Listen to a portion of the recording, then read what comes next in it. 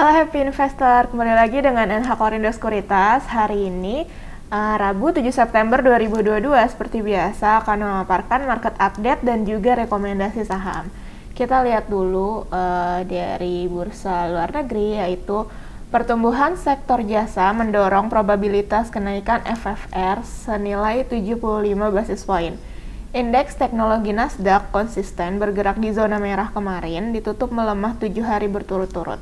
Sektor jasa Amerika Serikat, ISM Services Index di bulan Agustus itu naik ke level 56,9 poin, membuat investor melihat probabilitas kenaikan suku bunga The Fed 75 basis poin pada September mendatang sebesar 74% berdasarkan data CME FedWatch. Kemudian, selain fokus pada pidato Powell pada hari Kamis, investor juga mengantisipasi kebijakan moneter Bank Sentral Eropa di hari yang sama.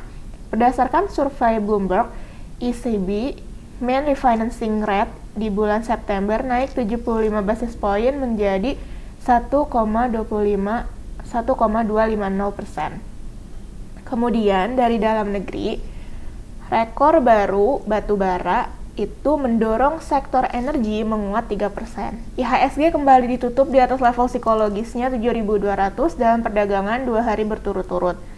Di tengah pro kontra keputusan pemerintah menaikkan lebih dari 30% harga BBM subsidi. Adapun krisis energi benua Eropa membuat harga batubara capai rekor terbaru di pasar ICE Newcastle yang ditutup di level 461,07 US dollar per ton, atau naik hampir 6% pasca Gazprom menghentikan tanpa batas pasokan gas alam ke Eurozone Jumat lalu.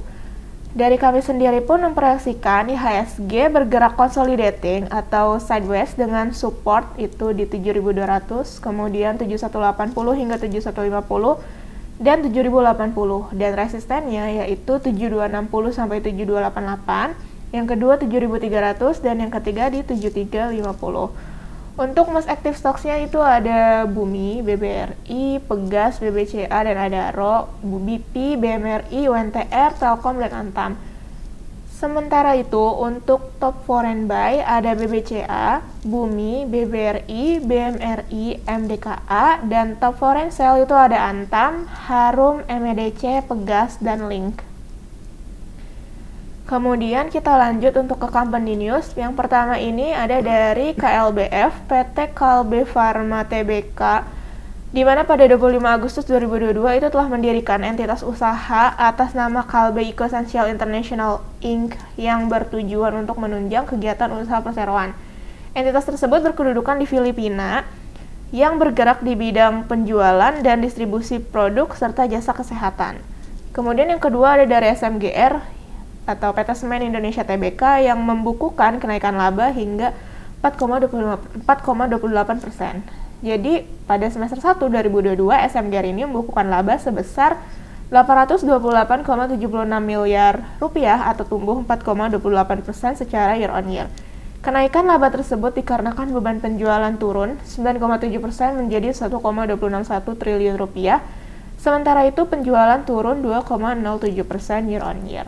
Kemudian yang ketiga ini ada dari Apex, PT Apex Indo Pratama Duta Tbk yang berhasil memenangkan tender kontrak kerjasama dengan PT Pertamina Geothermal Energy atau PGE untuk pengeboran darat di wilayah Ulu Belu, Lampung. Nilai kontrak tersebut sebesar 15,8 juta US dollar untuk pekerjaan 6 sumur. Adapun perolehan kontrak ini berdampak positif terhadap tingkat utilisasi rig dan pendapatan operasional perusahaan. Kemudian kita lanjut untuk domestic and global news. Yang pertama itu dari domestik sendiri, beberapa proyek strategis nasional segera dirampungkan. Pemerintah tengah menggarap sejumlah proyek infrastruktur yang masuk proyek strategis nasional bisa segera dirampungkan. Beberapa di antaranya yaitu Tol Trans Sumatera, Tol Semarang Demak, kemudian mekanisme pengadaan tanah dengan konsinyasi dan kepastian PSN bagi proyek infrastruktur Ibu Kota Negara atau IKN. Adapun proyek IKN diminta masuk ke dalam PSN untuk mempermudah dan mengakselerasi pembangunannya. Kemudian dari global sendiri, konstruksi Inggris masih menyusut. Perusahaan konstruksi Inggris mengalami kontraksi selama 2 bulan berturut-turut, dihadapi dengan ketidakpastian tentang prospek ekonomi yang dilanda inflasi. Sebuah survei menunjukkan pada hari Selasa. Kemudian indeks manajer pembelian PMI konstruksi S&P Global CIPS berada di 49,2 pada Agustus, naik tipis dari 48,9 pada Juli, tetapi tetap di bawah ambang 50 yang mengindikasikan pertumbuhan. Ekonom yang disurvei oleh Reuters memperkirakan penurunan ke 48. Kemudian kita lanjut untuk corporate calendar. Untuk hari ini hanya ada RUPS, yaitu BPTR dan Avia, sementara cum dividennya tidak ada. Untuk daily technicalnya hari ini yaitu kami memprediksikan consolidating atau sideways, di mana indikasinya yaitu candle shooting star at resistance area, terus kemudian RSI negative divergence.